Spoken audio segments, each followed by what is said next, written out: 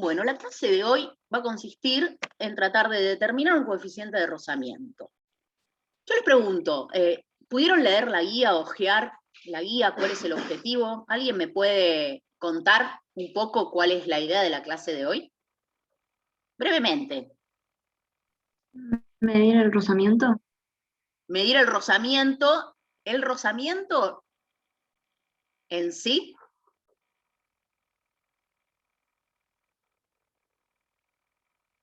El cociente de rozamiento. El coeficiente de rozamiento. El coeficiente de rozamiento. Muy bien. Un coeficiente de rozamiento. En particular, el coeficiente de rozamiento estático. Perfecto. ¿Alguien me comenta si chusmeó, aunque sea hojeó la guía o la clase que subimos a la página?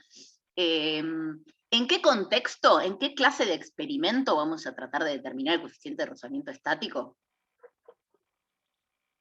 O sea, va a ser una medida indirecta porque lo que vamos a tratar de medir es el ángulo y a partir del ángulo deducir ahí el coeficiente de rozamiento.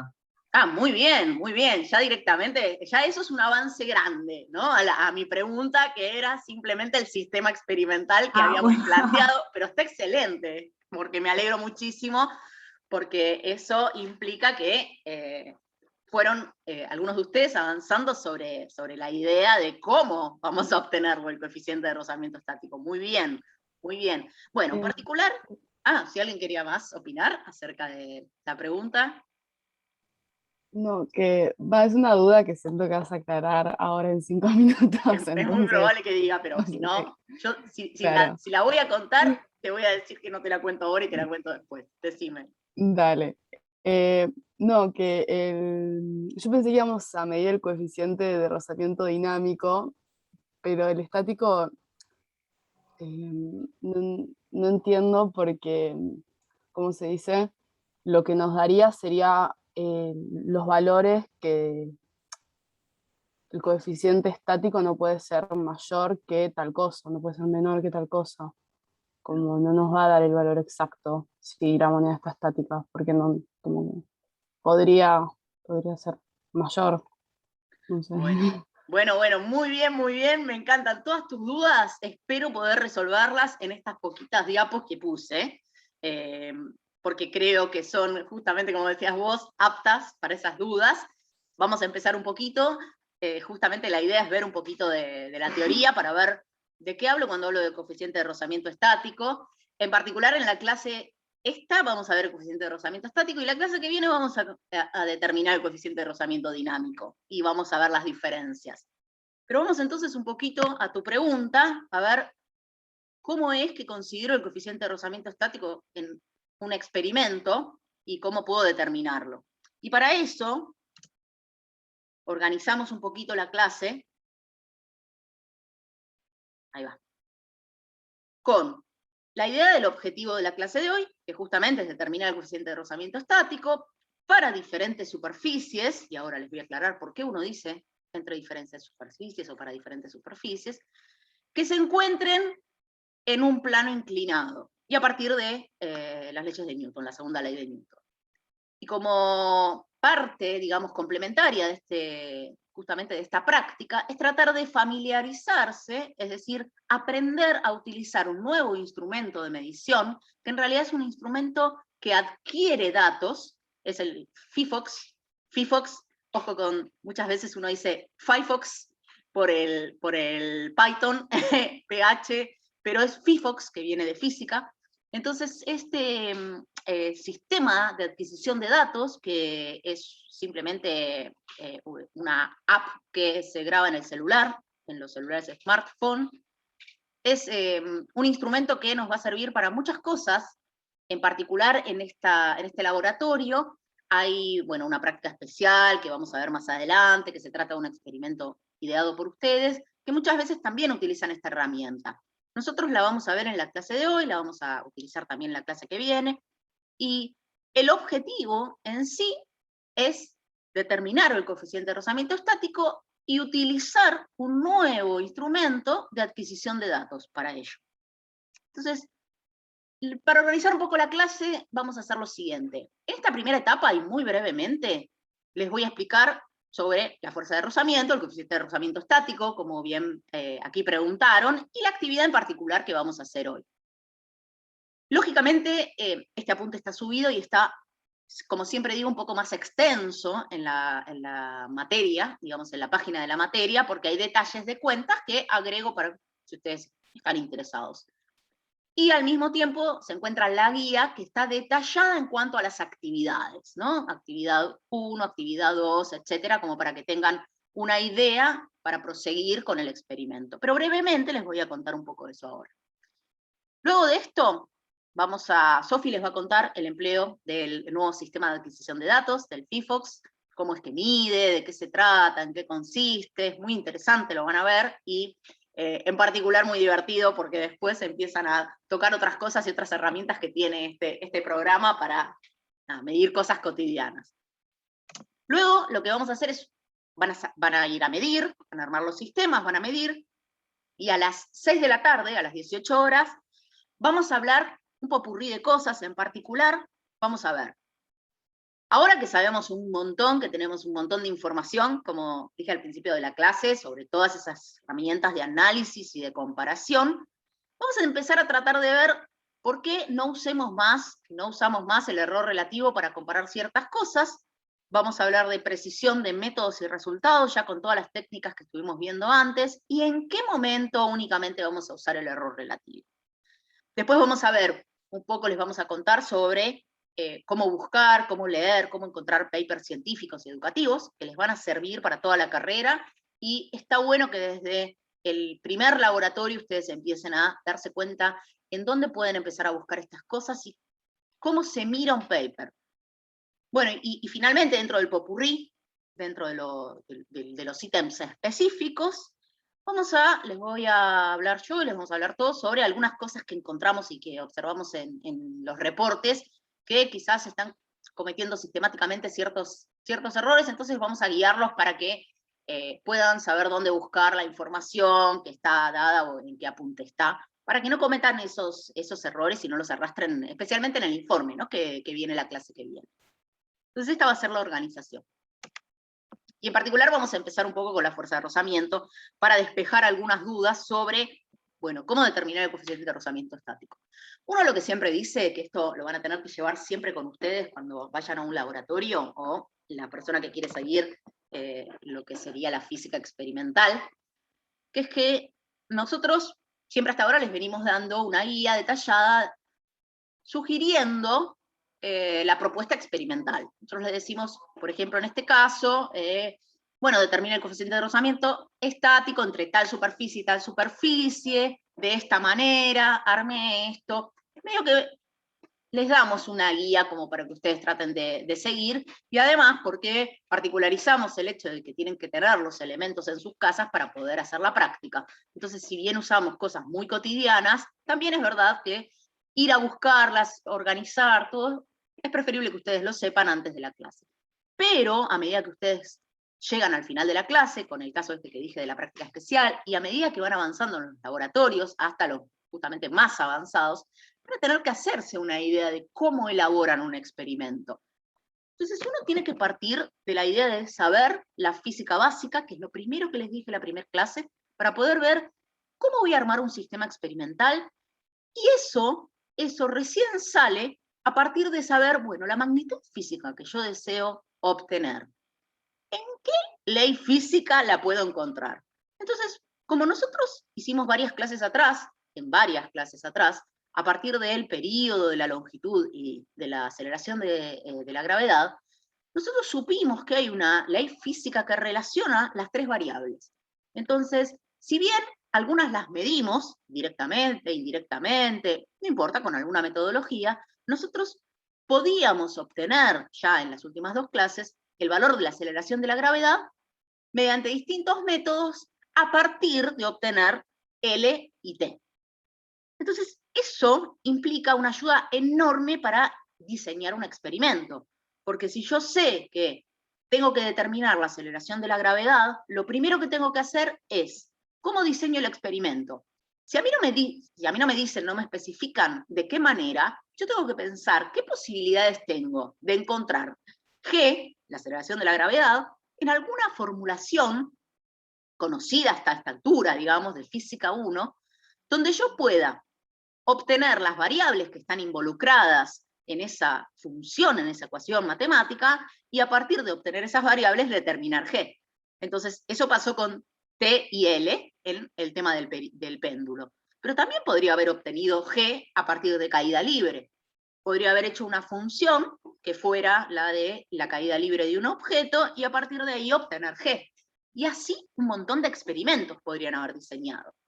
Bueno, en particular, para conocer un poco, más allá de que les hemos contado, digamos, en la guía está cómo es que van a determinar el coeficiente de rozamiento estático, tenemos que ver un poquito de la física de la fuerza de rozamiento y a ver ese coeficiente, ese mu, en qué ecuación puede estar involucrado para saber qué variables voy a tener que determinar en mi experiencia. Entonces, en particular, por lo pronto, si uno tuviese que pensar, tengo que determinar el coeficiente de rozamiento estático, lo primero que uno sabe es que si uno tiene dos objetos en contacto, el tema de tener esas superficies en contacto hace que se genere un rozamiento, que en realidad, si uno lo ve microscópicamente, tiene que ver con las rugosidades de los dos materiales, y en particular una de las propiedades del rozamiento es que depende de esos dos materiales, y que está relacionado justamente con estos enlaces, que son enlaces moleculares. Y por eso es que depende de la clase de material que uno tenga. Entonces, en un caso general, uno dice, bueno, a mí me están pidiendo el coeficiente de rozamiento, sé qué rozamiento hay con dos objetos, entonces me voy acercando a la idea de cómo hago el experimento. Obviamente esto todavía no me dice nada. Tengo que saber un poquito más. A ver, ¿en qué fórmulas está involucrado el coeficiente de rozamiento? Y bueno, ahí voy a la física, física 1, física experimental, y digo, bueno, yo sé que cuando tengo dos objetos, por ejemplo, un objeto sobre el suelo, dos objetos en contactos, en donde puede aparecer el rozamiento, yo sé que dentro de las posibles fuerzas de rozamiento se encuentra la que es por deslizamiento, es decir, cuando hay una velocidad tangencial entre el objeto de arriba, objeto 1, y objeto 2, objeto de abajo, en este caso bloque suelo. Y lo que se sabe es que la relación que hay de la fuerza de rozamiento con la normal es justamente este coeficiente de rozamiento. Es decir, que el coeficiente de rozamiento, en este caso, estaría dependiendo de la normal y de la fuerza de rozamiento. Ahora bien, bueno, tengo una ecuación que ya aprendí desde el CBC, aprendí en Física 1, y yo sé que si quisiera determinar este coeficiente de rozamiento estático, debería determinar la normal y la fuerza de rozamiento. Esto no siempre es sencillo, entonces vamos a ver todas las opciones que tenemos para determinar mu. ¿Qué otras posibilidades tenemos de formulaciones que relacionen a mu con otras variables más allá de estas dos? Entonces, lo que hacemos es buscar las opciones que tenemos. Cuando buscamos las opciones que tenemos, y bueno, vamos a partir del experimento propuesto. El experimento propuesto es sobre un plano inclinado. Esa era la primera pregunta que hice. Estaba orientada justamente a saber cuál iba a ser el diseño experimental. Pero bueno, el diseño experimental es tratar de obtener justamente el coeficiente de rozamiento estático entre dos superficies diferentes. Como vimos en la diapo anterior, esas dos superficies son las superficies que están en contacto, y que esas superficies estén dispuestas en un plano inclinado. Entonces, para ver la expresión de mu, en ese caso, lo que tengo que hacer, lo que me queda por hacer, es justamente plantearme en el sistema que quiero evaluar. Y el sistema que quiero evaluar es un objeto en un plano inclinado. Entonces, si yo tomo el objeto y realizo el diagrama de cuerpo libre, como ustedes siempre hacen, siempre se les pide en Física 1, lo que tengo que visualizar es, bueno, cuáles son las fuerzas y cuáles justamente las componentes de la fuerza, debido a que el objeto está sobre un plano inclinado. Entonces, esta parte, que la coloqué igual, estas cuentas, es algo que es más o menos sencillo dentro de lo que son las fuerzas que están involucradas en este fenómeno. Entonces tenemos la fuerza normal, que es perpendicular al plano. Fíjense cómo coloqué los ejes para que sea sencillo. Entonces tenemos el eje X sobre el plano y el eje Y en forma perpendicular al plano. Entonces tenemos sobre el objeto la fuerza normal, que va en el eje Y positivo, y la descomposición de la fuerza peso, que va también en el eje Y, pero sentido opuesto a la normal. Luego tenemos en el eje X la descomposición del peso justamente en este eje, que va en sentido positivo de X, y en sentido contrario la fuerza de rozamiento, también en el eje X. Entonces, a partir de la segunda ley de Newton, no me queda más que hacer la formulación y empezar a deducir de qué manera o de qué variables depende el mu, en general. Bueno, tenemos una ecuación que ya tenemos dispuesta, la numero porque la vamos a usar. Entonces tenemos las descomposiciones en Y y en X de las fuerzas. Sabemos que la sumatoria de las fuerzas es la masa por la aceleración, a partir de la segunda ley de Newton. Entonces, lo que tenemos es, en el eje Y, el objeto supuestamente no tiene aceleración en Y, con lo cual la aceleración en Y es nula, por lo tanto la normal es igual al componente del peso en el eje Y.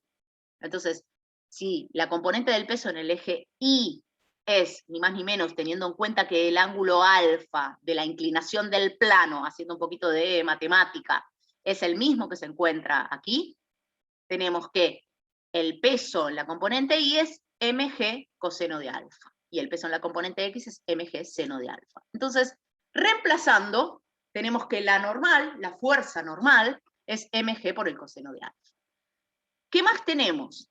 Bueno, a partir del eje X, nosotros podríamos despejar la fuerza de rozamiento, es igual a m por la aceleración en X, m por la aceleración en X, signo contrario, porque pasé la fuerza de rozamiento para el lado derecho de la igualdad, entonces queda el peso, la componente de peso en X, menos la masa por la aceleración en X de este objeto. Esa es la fuerza de rozamiento. Entonces, acá tenemos que partir de una idea. Yo podría seguir despejando. Pero ¿qué es lo que me interesa? Si mi objetivo es calcular, determinar el coeficiente de rozamiento estático, por lo menos sé que estoy hablando del coeficiente de rozamiento cuando el objeto se encuentra con aceleración nula. Entonces, de esta ecuación, yo tengo dos opciones a seguir: el caso estático y el caso dinámico. En la clase de hoy, me voy a quedar con el caso estático. Entonces, a partir del caso estático, fíjense que volví a colocar las ecuaciones que me van a ser útiles, que son las que había numerado en la diapositiva anterior. Por eso siempre insisto, y parte del formato del informe, es numerar las ecuaciones que uno va a usar. Entonces, en el caso de la aceleración en x igual a 0, en este caso, voy a seguir reemplazando lo posible en la ecuación para ver en qué momento puedo obtener una relación de mu. Entonces, a partir de la ecuación 3, yo podría pensar en reemplazar la fuerza de rozamiento por la ecuación 1.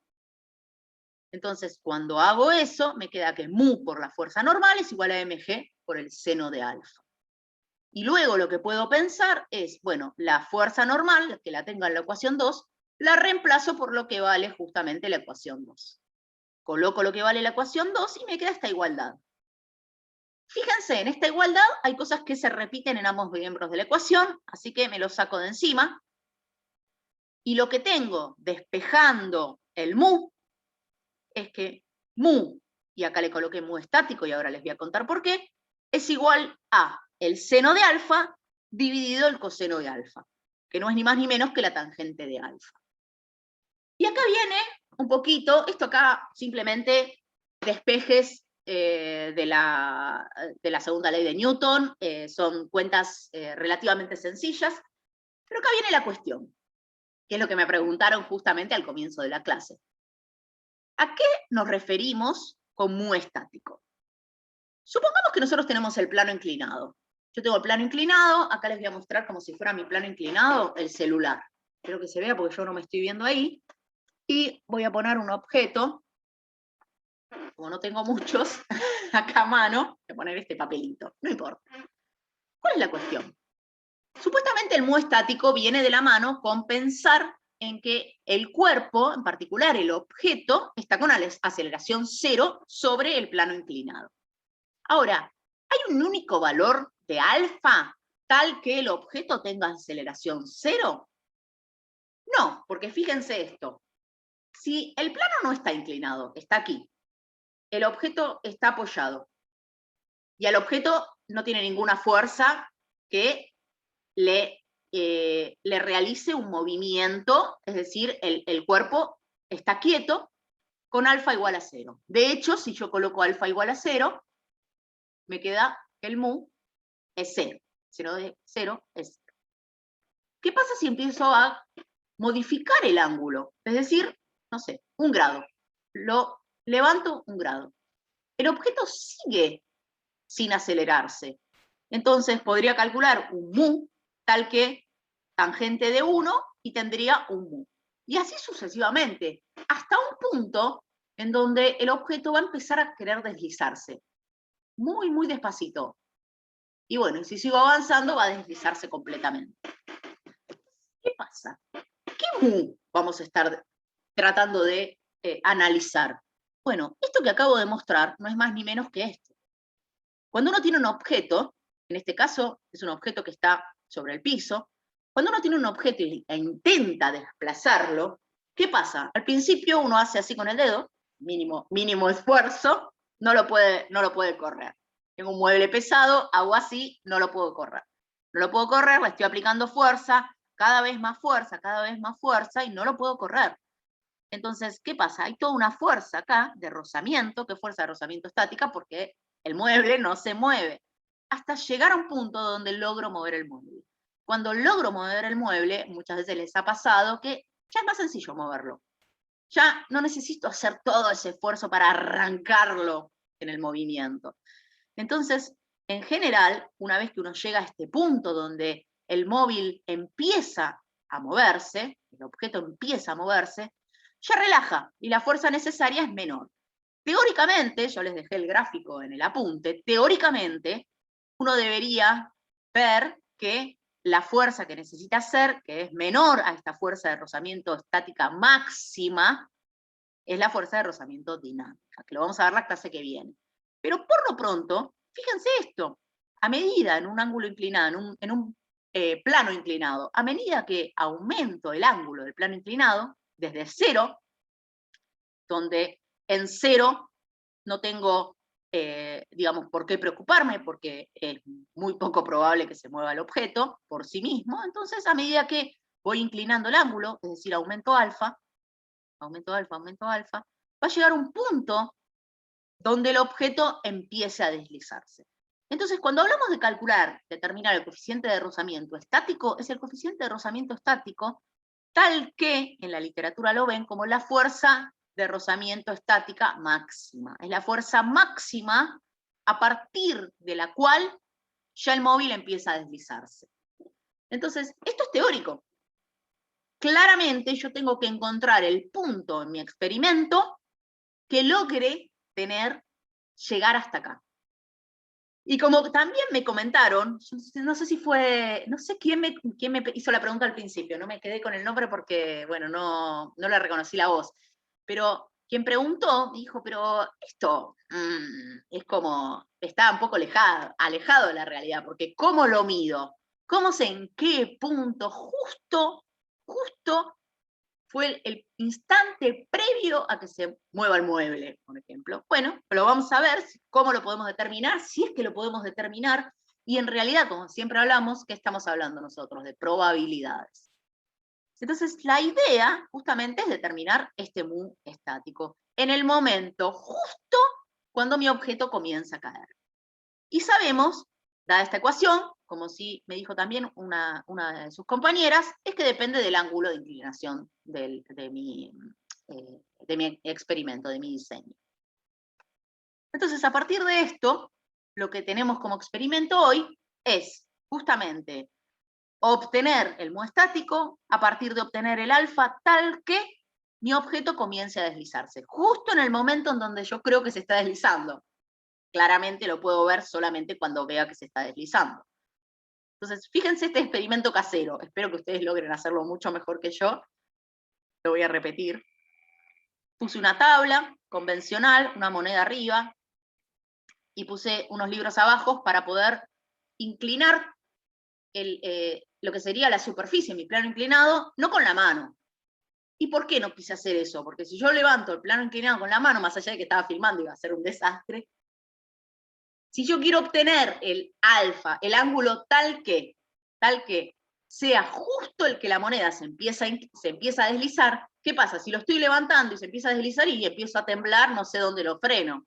Entonces, el dispositivo que se me ocurrió hacer fue el de ir poniendo un libro abajo, desde lo que sería el extremo donde uno coloca la moneda, e ir acercándolo al extremo donde está contra el piso, para que se incline la tabla. Lo voy a repetir. No es el diseño que nosotros les decimos que tienen que hacer. Es una idea de lo que hicimos, de lo que probamos para hacer esta experiencia.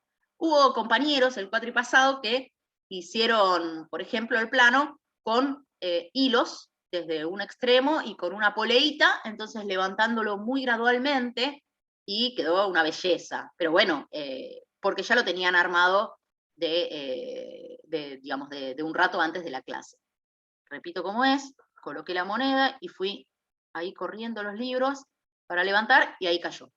Entonces ahí lo frené y determiné el ángulo. Ahora, fíjense, ¿no? Miren mi experimento.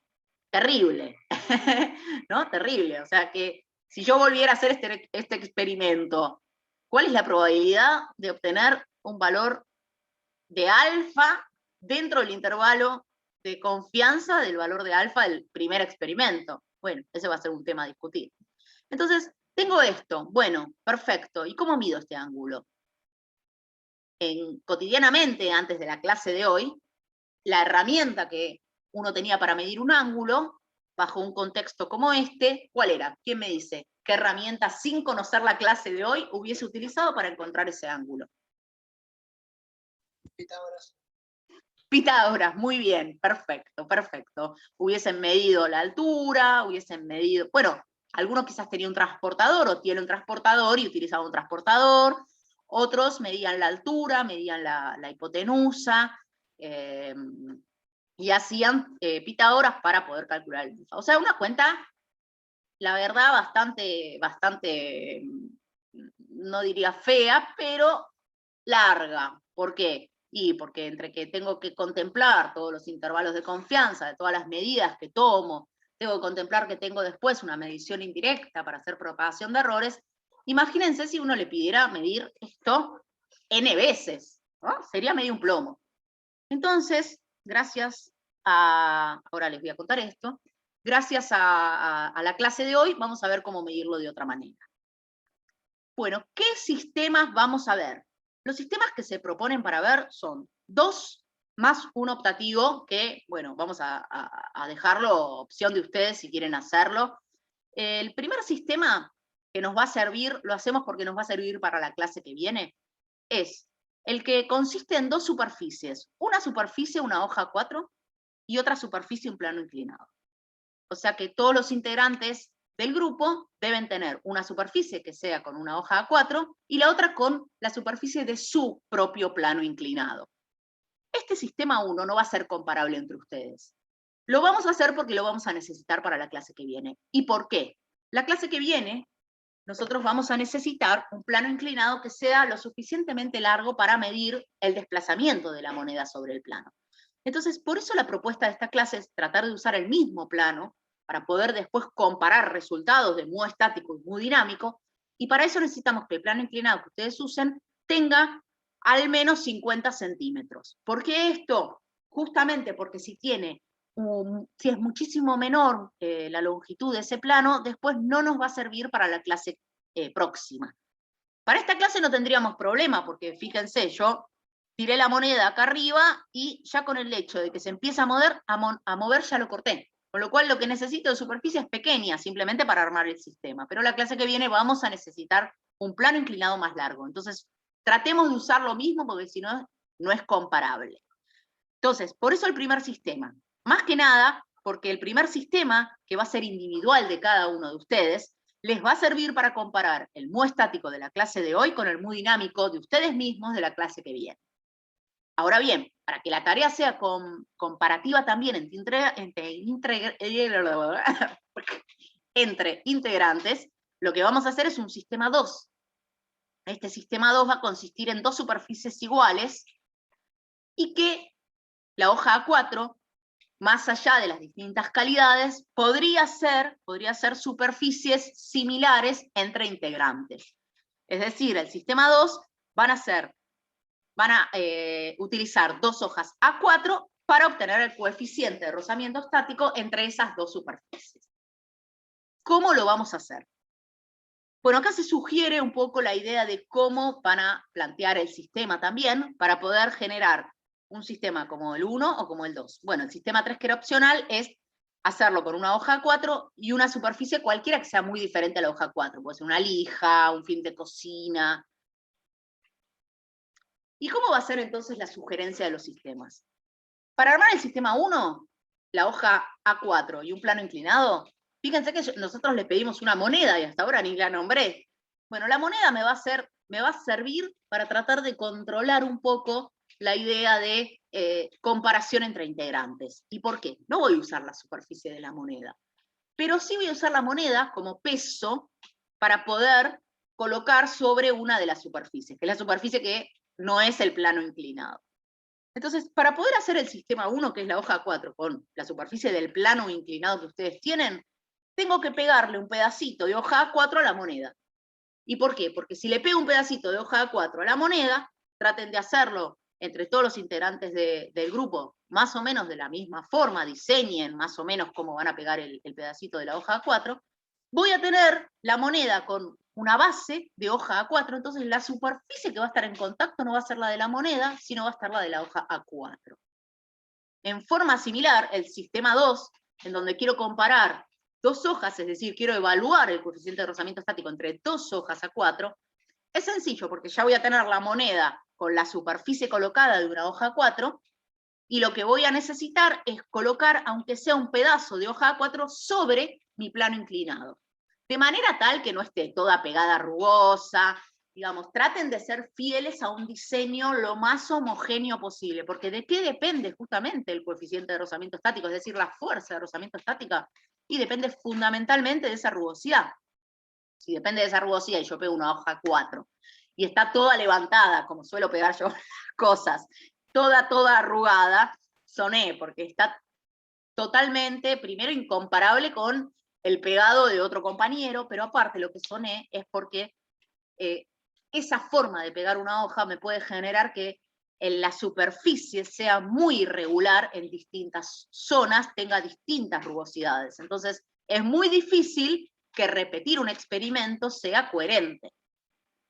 Y llegando a eso, a esto que es fundamental, es, bueno, yo sé que depende justamente de la rugosidad de esos materiales. Entonces, si yo coloco la moneda en una zona, hago todo el experimento, y cuando vuelvo a repetir el experimento la coloco en otra zona, y no exactamente en la misma zona donde la coloqué en el primer experimento, ¿qué me va a ocurrir?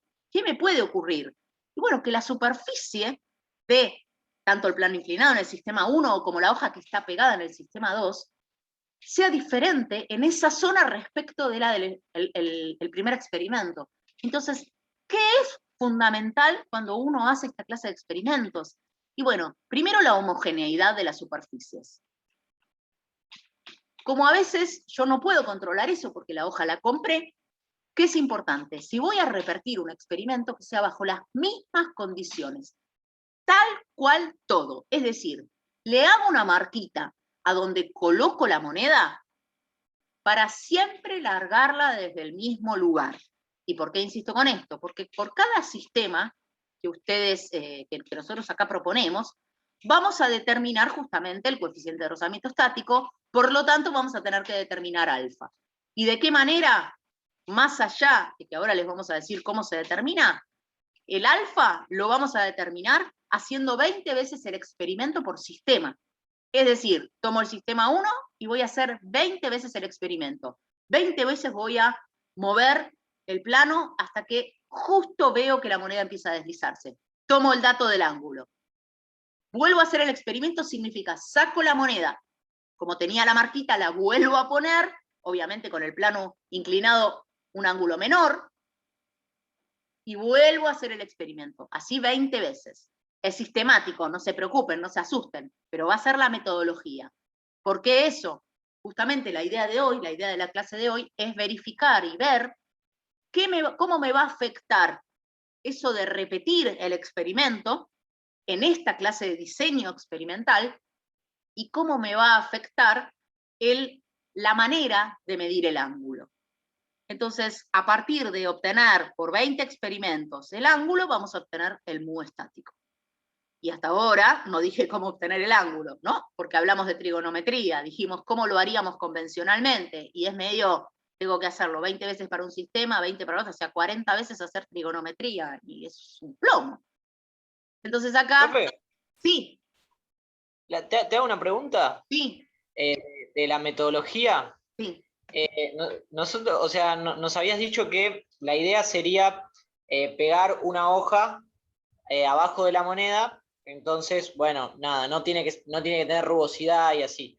Ahora, o sea, ¿va a ser distinto si yo pego la hoja, digamos, abajo de la moneda, pero bien delimitado el borde, a que si yo pego una hoja, ponele un cuadrado que esté por sobre el círculo de la moneda? ¿Va a ser Perfecta. distinto el coeficiente? Me encanta tu pregunta porque es perfecta a una aclaración que uno siempre hace respecto de las características, las propiedades de la fuerza de rozamiento.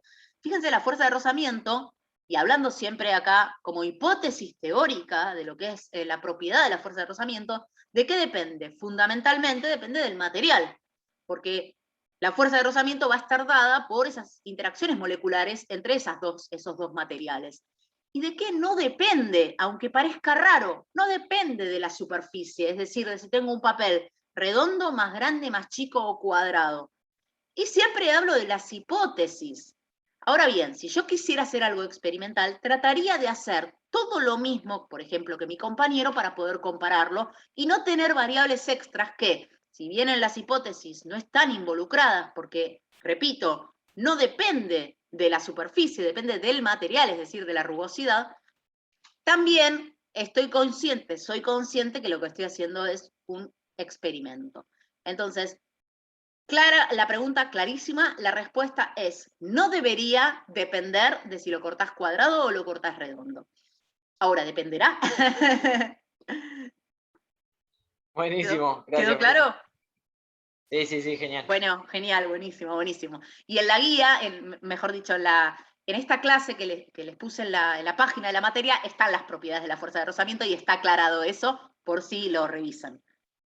Bueno, siguiendo con esto un poquito, y ya voy terminando esta parte, bueno, entonces, si uno supiera cómo medir alfa, que lo vamos a ver, podría saber cómo obtener el coeficiente de rozamiento estático, y les dejo acá una ayuda, que no voy a describir, pero sepan que, como una de sus compañeras dijo, esto es, para obtener el mu estático necesito desarrollar justamente esta fórmula, con lo cual lo que sé es que debo utilizar propagación de errores para obtener el mu estático.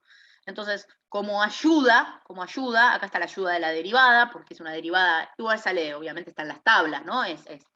No hay que saberla de memoria, sale de las tablas, pero como ayuda, que es importante, es visualizar esto.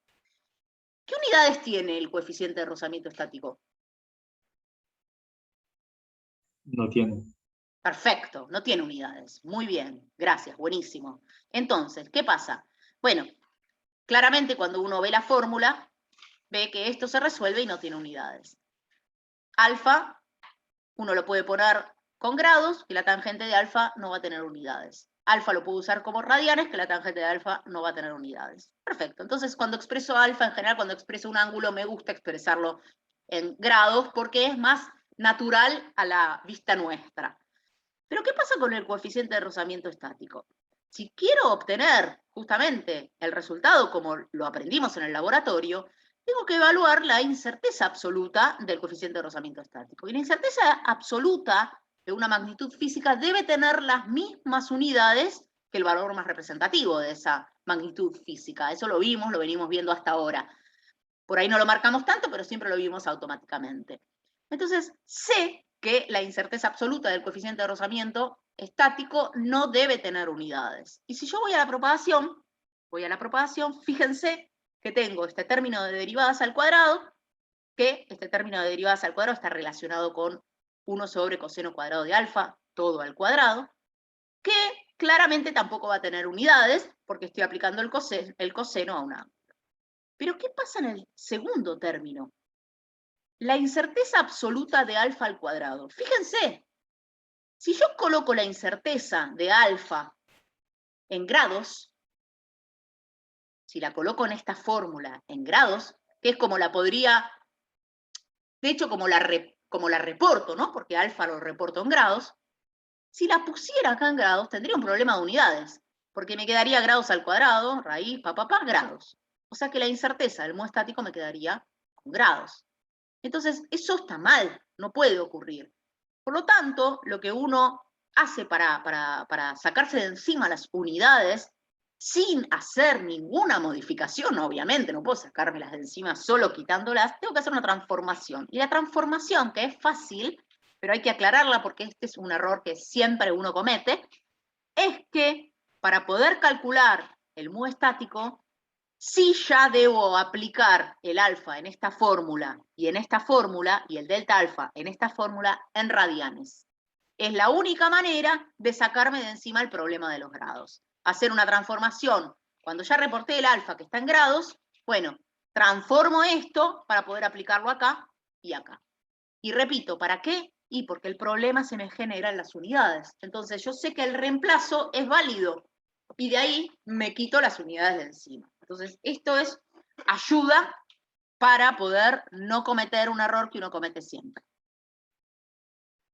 Finalmente, bueno, entonces acá sí, los voy a dejar con Sofi para ver cómo, en este caso hice yo, para medir el ángulo, que es a partir del FIFOX, y no de hacer toda la trigonometría y todo lo que son las cuentas intermedias de lo que lleva eso. Así que acá paro. Compartir. Sí, comparto Una de nuevo, pregunta, ¿eh? profe. Sí, sí. No sé si lo va a aclarar después igual la profe, pero la incerteza del ángulo, ¿qué Todo va a sería tipo aclarar. Ah, ok, perfecto. Va a aclarar, Perfecto. les va a dar una lección del Genial, FIFOX. genial. Les va a contar. Vieron que hasta ahora no dije nada del alfa, de ninguna incerteza, nada. Simplemente que hay que repetir el experimento 20 veces. Así que ya vamos a ver todos los tole-tole que tenemos en el medio. Ahí la dejo a Sofi.